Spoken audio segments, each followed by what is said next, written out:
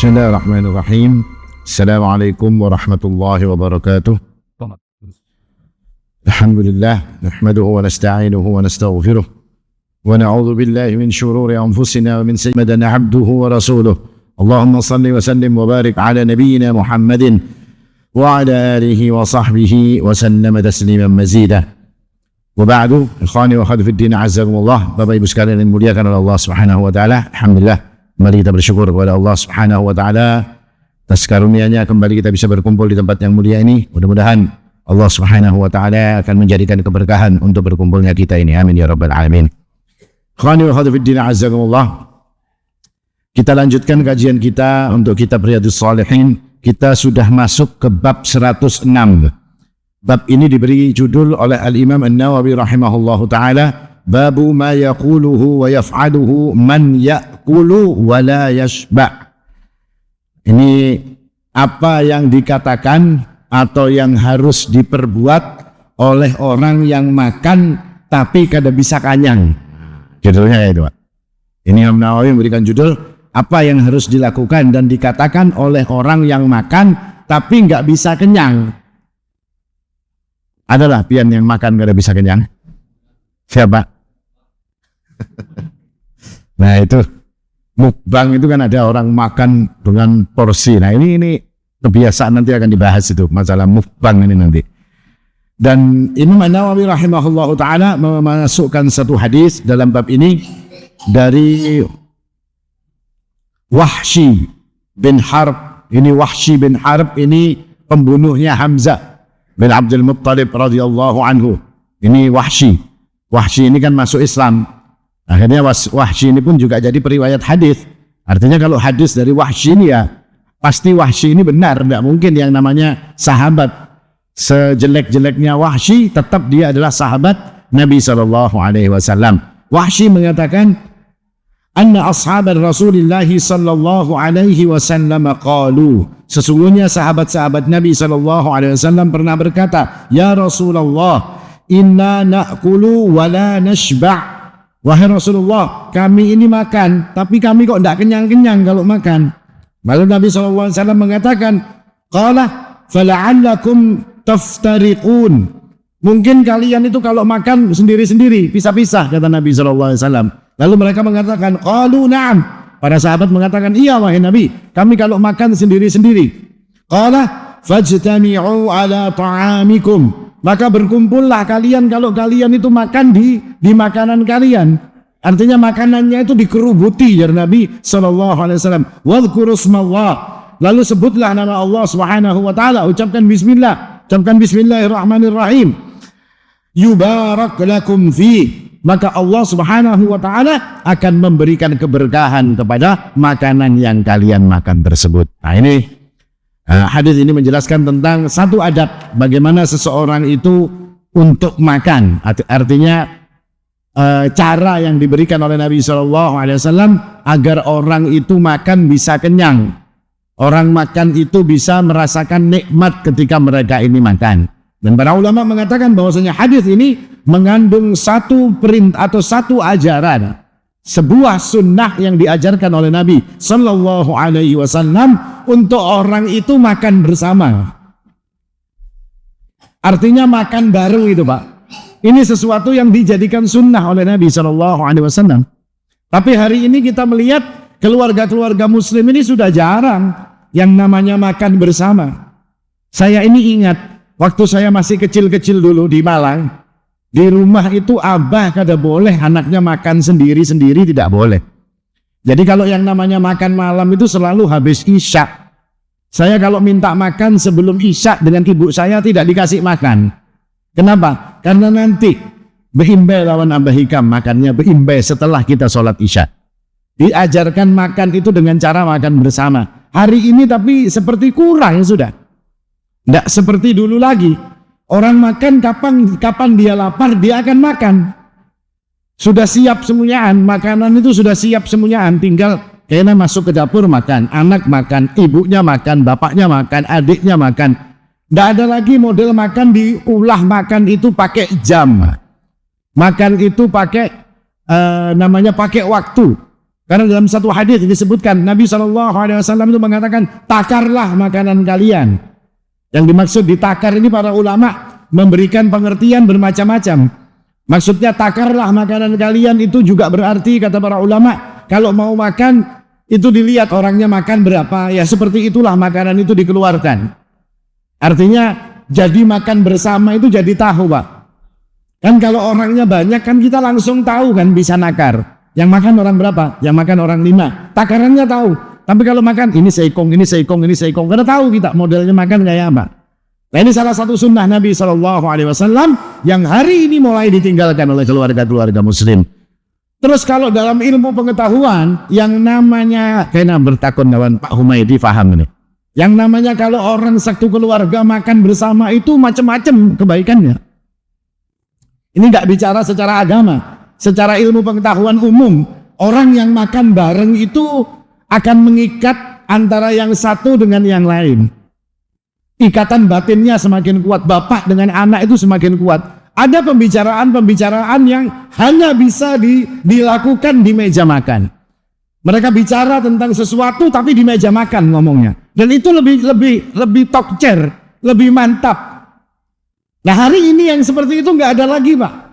Karena setiap anak-anak kita makan atau kita sendiri makan, ini piringnya diandak meskipun makannya bareng, HP-nya dinyalai. Ya Pak, bujur tidak?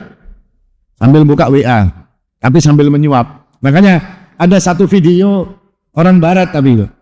Ketika satu keluarga sudah duduk di meja makan, ibunya bawa keranjang kecil. Keranjangnya diganyakan. Untuk apa keranjang ini? Ujar ibunya, makanan tidak akan keluar kalau HP tidak diletakkan di dalam keranjang. Jadi lawan ibunya HP-nya diambil dulu, HP-nya diandak, hanya makanannya dikeluarkan. Kenapa sampai HP itu diambil oleh orang barat ini tadi? Ya kan? Karena mereka tahu bahwasanya kalau barang ini ada di meja makan, maka kedekatan antara anggota keluarga itu tidak akan bisa dicapai. Nah ini secara umum. Tapi secara sunnah Nabi SAW, Nabi mengajarkan, la'allakum kata Nabi SAW, la'allakum taftariqun kata Rasul SAW. Kalian itu berpisah-pisah kalau makan. Maka Nabi mengatakan berkumpullah ketika kalian itu makan. Fajtami'u ala ta'amikum. Berkumpullah kalian itu kalau menghadapi makanan. Ini sunnah Nabi. Apa yang menjadikan yang seperti itu? Kata Nabi, yubarak lakum fih. Akan diberikan berkah kepada kalian. Makanya Rasulullah itu mengatakan ta'amu tsnain kafi tsalatsa wa ta'amu tsalatsa kafil arba'ah. Makanan untuk 2 orang itu cukup untuk 3 orang. Makanan untuk 3 orang itu cukup bagi 4 orang. Dalam riwayat lain kata Nabi SAW, ta'amul wahid yakfil itsnain. Makannya 1 orang itu cukup buat 2 orang. Wa ta'amul itsnain yakfil arba'. Ya kan? Yakfil arba'ah. Dan makanan untuk 2 orang itu cukup untuk 4 orang. Wa ta'amul arba'ah yakfi ats-tsamaniyah. Dan makanan untuk 4 orang itu cukup kata Nabi SAW untuk 8 orang sebenarnya. Nah, artinya apa? Di sini menunjukkan adanya keberkahan. Seperti apa wujud keberkahan itu? Bisa jadi Pak, wujud keberkahan itu makanan seperti makin banyak. Dan orang yang makan itu semakin kenyang. Di dalam perang Ahzab, ketika para sahabat ini sudah dalam keadaan payah, nggak ada makanan, lapar mereka. Lalu lewat seorang anak kecil dengan membawa sesuatu di dalam genggamannya. Lalu dipanggil oleh Nabi SAW, ya Jariyah, ta'ali, kemari engkau wahai Jariyah, wahai anak perempuan kecil, kemari engkau kata Nabi. Apa di tanganmu itu? Lalu dibukanya di tangannya. Ini kurma, cuma ada 7 butir kurma kecil. Anak kecil yang menggenggam jumlahnya 7, kira-kira kurmanya kan tidak mungkin ganal-ganal loh Pak. Halus saja kurmanya nih. Kada mungkin kayak kurma mejol Pak. Kurma apa? Pak Hairun biasanya dijual dulu. Yang ganal-ganal itu kurma apa karanya? Kurma mejol ya kalau Pak. Ganal ya ini. Kada mungkin kalau itu 7. Kecil kurmanya, dipegang, dibuka oleh anak kecil ini. Ini wahai Rasulullah, ini kurma dari ibu saya untuk diberikan kepada bapak saya yang sedang berjaga dalam perang Ahzab supaya makan. Sini kurmanya kata Nabi. Diambil oleh Nabi SAW, lalu dibukakan sofrah, dibukakan kain, lalu kurma itu diletakkan. Dan Nabi SAW itu berdoa. Apa yang kemudian terjadi? Seluruh anggota perang Ahzab itu makan dari kurma tersebut. Dan semuanya kenyang. Dan kurma itu pun masih bersisa. Nanti ada lagi kisah ketika Nabi SAW itu mengadakan walimah ketika beliau itu menikah dengan ibunda Zainab bintu Jahsh radhiyallahu anha. Itu dikasih oleh Ummu Salamah makanan cuma satu nampan. Anas bin Malik disuruh ngundang oleh Nabi SAW. Yang diundang Anas makanannya satu nampan, yang diundang Anas bin Malik 300 orang. Jelas kada cukup. Lalu oleh Nabi SAW disuruh kumpul-kumpul ngelompok, baru makanan itu dibagi oleh Nabi. Dan ternyata makanan itu cukup. Nah itulah yang namanya keberkahan yang diberikan oleh Allah Subhanahu wa Ta'ala. Dan ini salah satu sunnah Nabi SAW. Dalam banyak riwayat, Nabi itu selalu makan bersama. Entah bersama istrinya atau bersama para sahabatnya. Dalam satu riwayat, karena Nabi SAW ya'kulu ta'aman fi sittati min ashabih faja'a al-a'rabiyyu fa'akalahu biluqmatain. Nabi itu pernah makan dengan 6 orang sahabatnya, ngumpul bersama makanan dengan 6 orang sahabatnya. Lalu kemudian datang seorang Arab, seorang Badui, orang gunung datang umpatan makan. Tapi Badui ini tadi makannya biluqmatain dengan 2 suapan. Makannya apa? Model berhemat gancang ya orang kita ini. Nah, seperti itu Pak. Para sahabat juga melakukan yang seperti ini. Ibnu Umar radhiyallahu anhuma. Abdullah bin Umar ini kalau mau makan, seperti contohnya beliau itu kalau berbuka puasa, beliau itu selalu keluar sebelum buka puasa untuk nyari orang supaya mengawani makannya, supaya dikawani makan tersebut. Lalu datang suatu hari orang yang dipanggilkan oleh pembantunya ini datang untuk ikut makan bersama Ibnu Umar. Lalu orang ini makannya banyak Pak. Makannya ini kada beringat. Pokoknya makannya terus tertaruh model mukbang tadi jar Pak Irun tadi yang mukbang makannya ini tadi. Lalu kemudian kata Ibnu Umar, siapa orang ini? Ini fulan wahai Ibnu Umar. Saya enggak suka makan dengan orang ini. Kenapa tidak suka? Lalu beliau mengatakan al-mu'min ya'kulu fi mi'an wahid. Manusia orang-orang yang beriman itu makannya fi mi'an wahid, di dalam satu lambung. Ya kan? Orang mukmin itu kalau makan lambungnya satu, gampangnya kayak itu Pak. Wal kafir ya'kulu fi sab'ati am'anya, dengan perut 7 lambung. Maksudnya perutnya orang kafir itu beloteng, gitu Pak. Ada lotengnya, ada liftnya, ada segala macamnya di dalamnya. Nah, kenapa sampai dikatakan bukan berarti orang yang makannya banyak itu kafir, tidak. Tapi orang yang makan behemat, makan binatang pina gancang, sampai kata Nabi perutnya itu ada 7 lambungnya. Bayangkan biar kalau parut itu 7 lambungnya, kalau ayam 2 ikungnya kada cukup. Tapi kalau orang beriman kata Nabi fi mi'an wahid, perutnya itu cuma 1 lambungnya. Maksudnya orang yang makannya gancang tadi yang bersama Ibnu Umar tadi, itu kata beliau ini orang seperti orang kafir. Orang kafir makannya ya seperti itu. Kenapa? Karena makannya tidak ada berkah bagi mereka. Karena mereka makan tidak menyebut nama Allah Subhanahu wa Ta'ala, sehingga setan pun ikut makan bersama mereka. Makanya mukbang yang dikatakan tadi, siapa yang melakukan mukbang itu Pak? Orang kafir. Tidak ada orang muslim melakukan seperti itu. Yang pertama muncul dulu di Cina sana, ya kalau ada salah di Cina sana. Pancinya ganal, nang dimasukakannya undang, kepiting, semuanya dimasukakannya. Ya kan? Kepitingnya masih bergarak, undangnya masih bergarak, kada disianginya kepalanya ini, kotorannya ada dibuang, langsung dimasukkan panci, begitu matang dia makan semuanya. Berkilo-kilo itu undang dimakannya, berkilo-kilo nanti daging dimakannya. Ditiru oleh orang-orang Islam, yaitu kerjaan orang kafir yang makan model yang kada baik. Ingat itu orang kafir. Karena Nabi SAW mengatakan al-mu'min yakulu fi mi'an wahid. Seorang mukmin itu makannya dari 1 lambung saja. Perutnya maksudnya cukup diisi dengan sesuatu yang mengenyangkan mereka, itu cukup dengan barang-barang yang sedikit. Tidak seperti orang kafir. Orang kafir makannya akan kada beringat.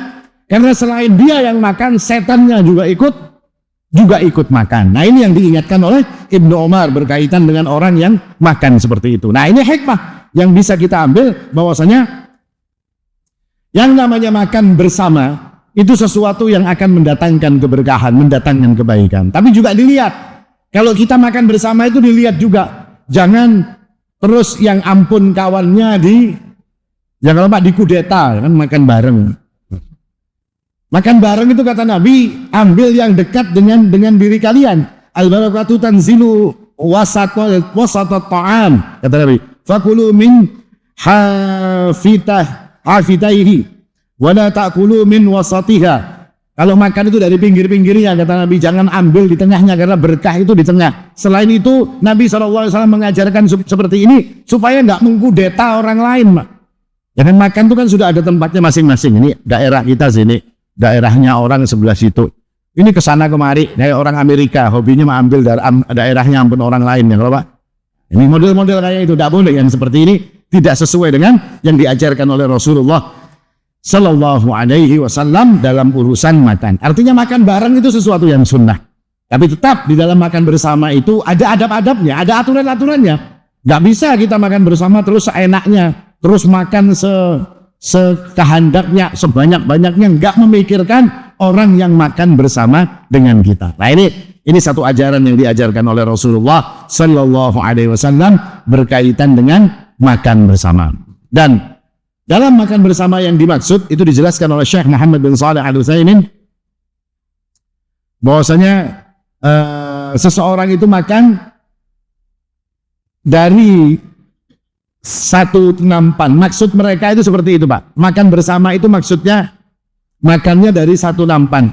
Kita kalau melihat teman-teman kita dari jamaah tabligh, pernah ikut makan bareng jamaah tabligh? Nah, biasanya makannya ngumpul nanti.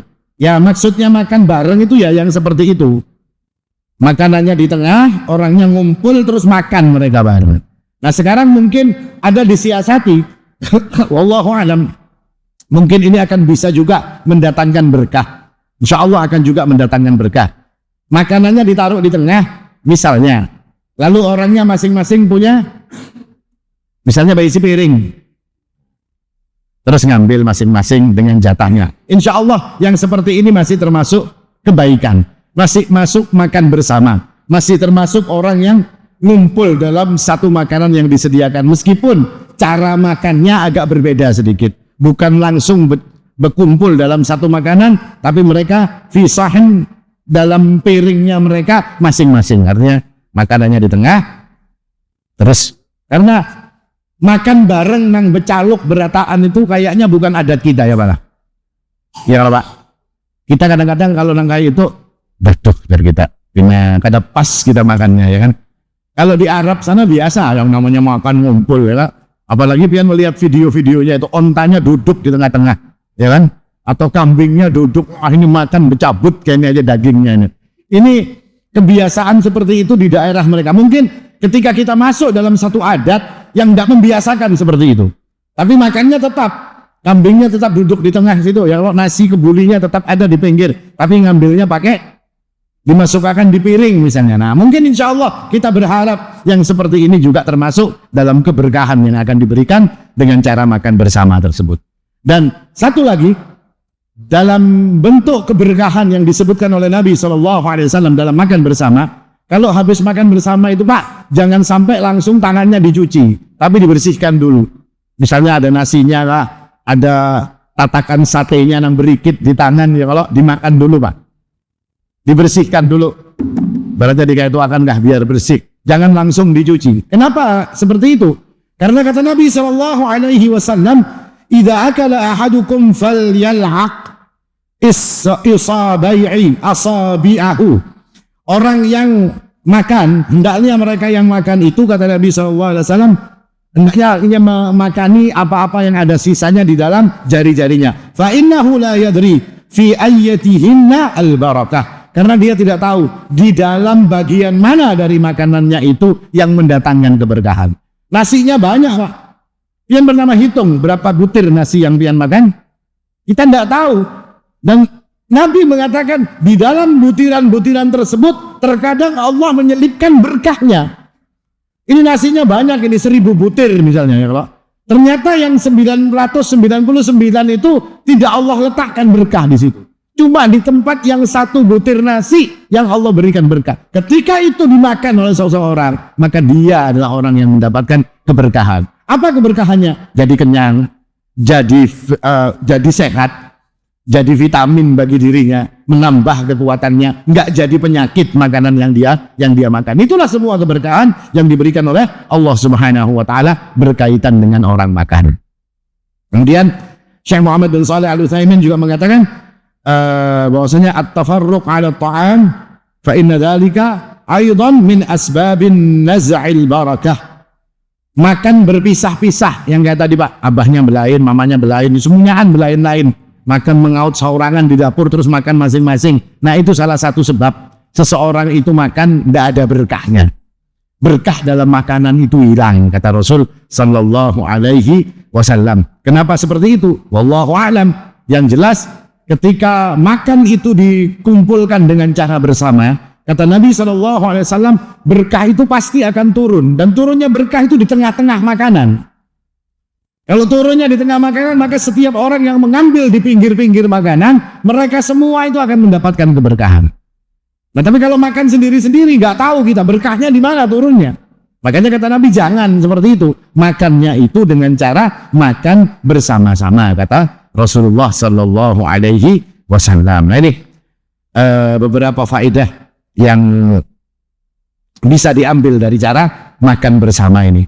Demikian pula selanjutnya kata Nabi SAW, hendaklah kalian itu mengucapkan Bismillah. Nah, ini sesuatu yang kadang-kadang kita lupa karena melihat makanannya tidak nyaman benar di kendurian atau di acara apa misalnya undang makan, akhirnya lupa Bismillahnya. Yang diingatnya pokoknya yang sebelah sana enak, begitu bunyi tet langsung diambil. Yang seperti ini nih hal-hal yang tidak dibenarkan di dalam syariat kita.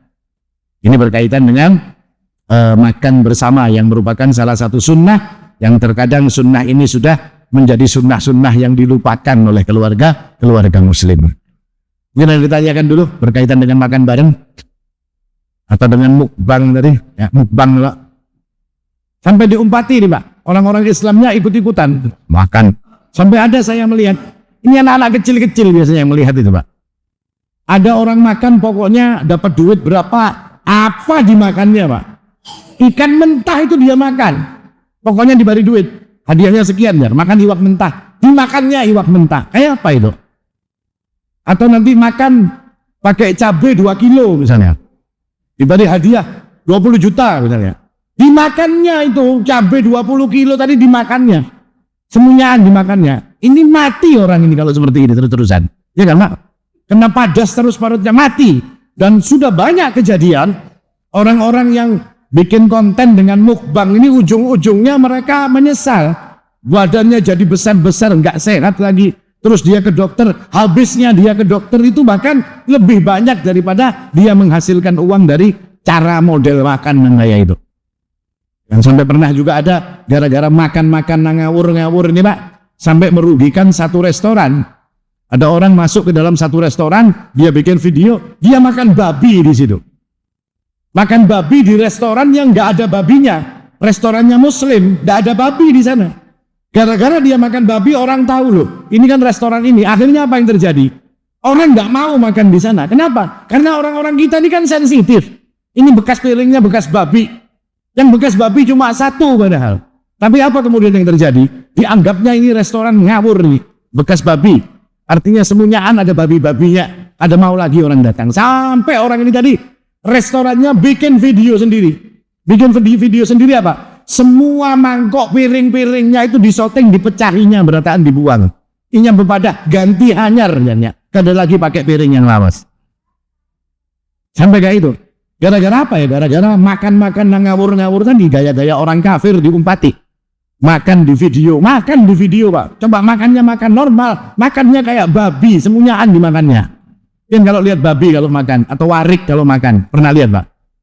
Diberi roti, setumat habis, ya kan? Makanannya setumat habis. Nah itu kelakuan-kelakuan orang kafir, kelakuan-kelakuan seperti binatang itu diikuti oleh kaum muslimin. Nah ini tidak benar, karena di dalam syariat kita cara makan pun diatur oleh Nabi Shallallahu Alaihi Wasallam. Nah ini kira-kira yang bisa disampaikan. Nggak ada pertanyaan? Cukup Pak lah. Mudah-mudahan bermanfaat. Aku qouli hadza wal haqqu 'indallah. Subhanakallahumma bihamdik asyhadu an la ilaha illa anta astaghfiruka wa atubu ilaik. Tsumma assalamu alaikum warahmatullahi wabarakatuh.